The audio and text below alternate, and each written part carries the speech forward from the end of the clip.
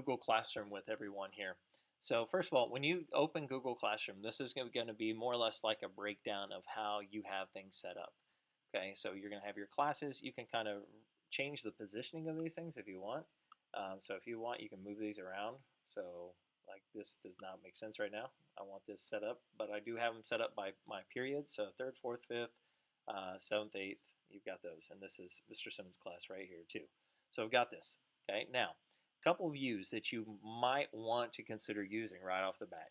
Okay, first of all, you have a Google Calendar. Okay, the Google Calendar will show everything that was like sent out, like when it was sent out, and also it will show you like when things are due. So these were all due. Actually, I lied. This is just going to show you when things are due. Okay, so this is that little view right there. Now, I don't use the calendar feature too much. What I do use on this one is the to-do feature.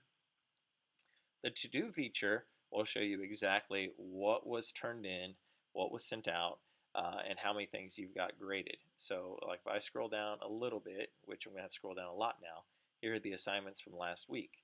You can kind of see how many people turned them in, how many I've got graded, and if everything is completed, what I do with that is at that point, there's options where I can hit mark as reviewed, and over here, here's my mark as reviewed. So here are all the assignments that I've gone through, I've graded, and all of these little things. So you can kind of see if they send something in late, you'll see it'll say it's turned in. So someone turned in this way after it was due. Okay, so you can kind of go through though, and you can check. It'll give you notifications, but this, in my opinion, is a very, very fast way to see what the kids are submitting and things like that. Okay, so let's go to an actual individual class. Okay, now there are several things. There's a stream, there's classwork, there are people, and then there's a grade category in here as well. Okay, so I want you to be aware of all of those things. Okay, now what I'm going to do, close that real quick. I'm going to go through a couple of these little things, explain this. Now, under the stream, this is where more or less, this is where you post information. So on the student side, when they see this, and I'm going to go here to my archive classes. I'm going to restore one class that I got rid of, so you can kind of see what this looks like. Okay, so here is a class that I'm going to restore, and I'll show you what that looks like from the student side here as well. Okay, I forgot who this student is. It's Google Expeditions. Okay, let me pretend to email this student real quick so I can remember what the email account was on this. Okay, Expeditions. Okay, so what I'm going to do is I'm going to open this real quick so you have a general idea.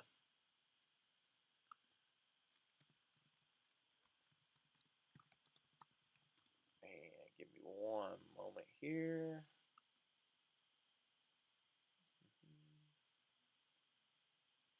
Sign in Google Classroom.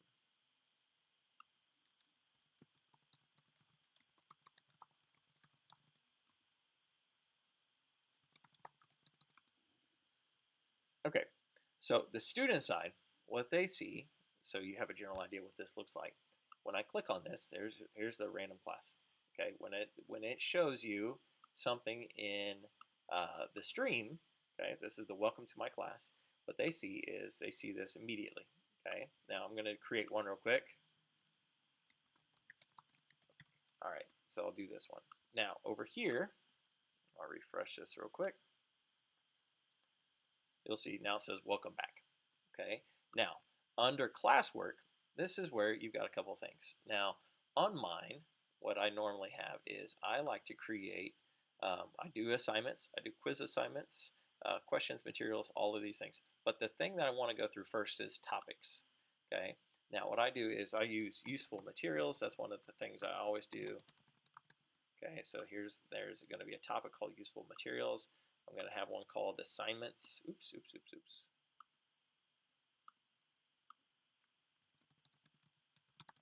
Okay, and then let's do another one. Let's do one more. It's called classwork.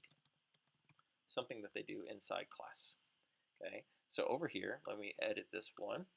Okay, now under PancakeBot files, okay, so this is a survey that I've attached here. So there's a survey that they're going to do. There's a random spreadsheet. They're supposed to add a picture. They're going to submit their Pancake files here. Now, this is one thing I can do for all my students, so there's only one student there, but here's my due date. So I'm going to actually make a due date of, I'm going to set it for tomorrow. That'll work. And I'll set a random time, 11:59. Okay. And under topic, what I'm going to do is now I've got these topics that I can actually select. So I would like to set this as classwork, something that they would do inside of my class. Actually, I'll make an assignment. Okay. So this is assignment, something they're going to do for homework in my little category. Okay.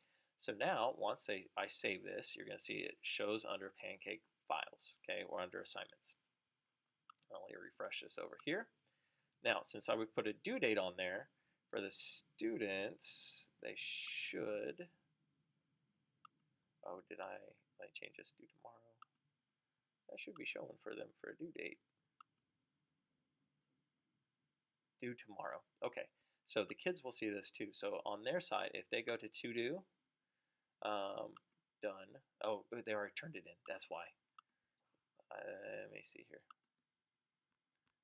Okay. I had done this as a demonstration earlier, so let me fix this real quick. So classwork, here's the thing, view assignment. All right, so got it. I want to unsubmit. Okay, so now this is what the students are going to see. Okay, so over here, now you're going to see it's due tomorrow. Okay, so that's one thing that the students will actually see. Okay, hopefully I'm not confusing the crap out of everybody here on this one. With having two screens. So student side right here, teacher side. Okay, now the other thing that I kind of want you to kind of be aware of, under people, I usually invite the guardians. So to give you a general idea what this looks like, this is my normal class. Okay, so here are the assignments that are coming due. And again, these are the streams. So I kind of said that I was going to add some assignments throughout the week. And then under classwork, here's how I've got mine set up. So I've got this coronavirus topic here. I've got some little things that I have. I've got a bunch of different topics. Now, under grades, the way I've got this set up is I've got my grades set up, but there's categories. So if you click on this, you're going to see that students can comment. You got this. Here's your grading calculation. Okay, and I've got mine weighted by category. So here's my lessons, classwork, 60% of the grade comes from there, projects test, 40%. Now, where that plays a role, let's go back to some of these assignments here real quick. Okay, in under, let's go here. We'll adjust this one real quick. Here, we'll go through here. Okay, so if I edit this, you'll see that how I've got this. This is the basic little definition of what they're supposed to be doing. Here's a video that I created that they're going to watch. And then over here, now I've got the category. So I've got scales. So is this going to be a lesson or is this going to be a project? You determine your categories on this one. I've got my topic selected. You can put a rubric on here as well. Although the rubric, I'm not a big fan of how they've got the rubric on this one. And I'll give you an example of that for middle school 3D printing. Because the way this works, let's go before we had this virus. Oh, wait, I had it in robotics. Sorry. Okay. Hopefully these videos are not as annoying as I'm thinking this might be. Let's see. Okay, so under this, I had the rubric involved on this one. I'm trying to remember where I had that. View assignment. Do I have the rubric on this one?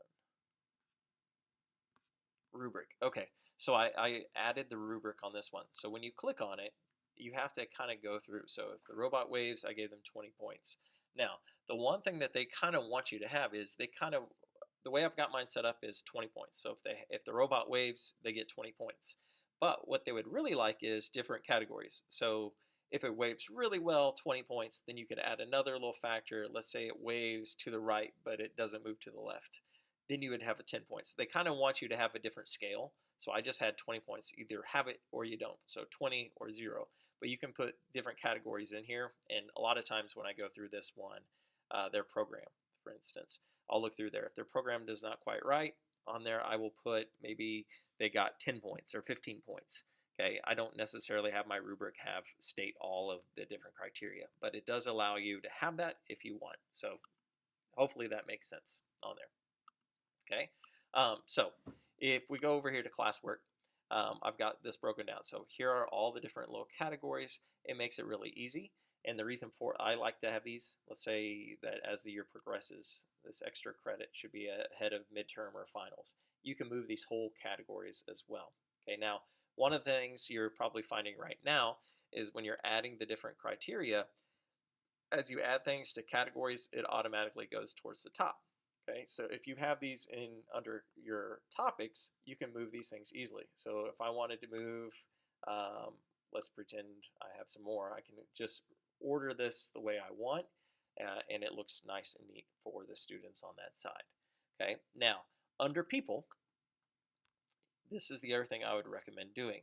As soon as they enter my class, I try to get all of the contacts for the parents. So that's part of their syllabus. I ask for their email addresses. You can see I've invited some of these people. If it shows their name, that means they've accepted. Otherwise, it just shows as invited. Now, where that really comes in handy, especially right now, is I can click on this and I can hit email guardians. So on this one, when I click on it, I could hit email guardians, and then right here, now I've got the email addresses for those parents. I can email those out, and I can email that to them. Now, the other thing is, if I have a lot of different parents that I email this, sometimes I'll copy this down. If you make a blind carbon copy, you can email that out to everybody and just make a generic message here. Don't include the students' names, obviously. But if you do blind carbon copy, no one sees who else you sent it to. So that's a nice little feature to use inside this if you use it. But I've been using that a whole lot lately just to kind of make sure everyone's getting this. Now, when you create these assignments, if you have a quiz assignment, and one of the things we've been making is if I go to quiz assignment and I've got a Google form that I want to use, and I can add a Google form, I can actually make that. And once I do that, it will automatically, when they finish it, it will import their grades and it will save it for you. It will, when they hit done, it will mark as done as well if you make it a quiz. And again, if you want them to use it on their Chromebooks, you can actually lock it down. And again, if you lock it down, remember they can't open any other tabs. So if you're wanting them to go to a website to find some information, they can't do that right there. But as long as you turn on this grade importing right there, that will allow you to get the grades in right from your form. So that's a nice helpful feature, and that's one of the newer things that they've done. So if you want to do that without manually inputting it, you just need to select that. Now, under material, under useful links for me, that's where I put the material. You're going to see it's got a slightly different icon right here. But if this is just something that you want the kids to have access to, you can do that. And if I go to the 3D printing class, I've got a lot more stuff in there under useful links. But you can have like all of this stuff. It's got all sorts of information, tools, websites you use a lot. You can do whatever you want. You can throw those things in there very, very quickly. Let's see if there's anything else. If you want to reuse a previous post, you can do that. When you click on that, you'll notice that you can populate all of the classes that you've had. You can populate those things once you click on it. Let me get an old one here. It will automatically pull all these things in. And if you click on this, it will automatically, you can hit reuse, and all the attachments, you can create new copies of all the attachments. All of those things will automatically import. That is actually a really, really helpful feature that I do not use nearly enough. I know DeFrancis uses this one a lot. This is the question. If you use a question, you can automatically ask what the question is going to be. You can do short answer, multiple choice. You can do those things. You can make a little quick, short little quiz for the kids. You can send that out. And again, that will automatically show you the answers as well. I don't use that feature, but I know DeFrancis uses that a lot. I use forms primarily for that feature. But again, that's a fast way. If you just want to ask a question, feel free to use that. It works very, very well. And I think that is more or less everything that you have. If you don't know where things are at inside, like once you create the stuff, it automatically goes to your Google Drive. If you don't know where that's at, click on there. It'll automatically open in Drive. It will show you everything that you have for that class. And I've got this all broken down. Feel free. Okay, it's all there. It's all listed there. Okay, that I think is going to get us where we have this. If you don't know how to add your details, this is where you add the details right there. If you want to give the kids a class code to get into your class, this is where you can access this information. That is also found over here, by the way, right here.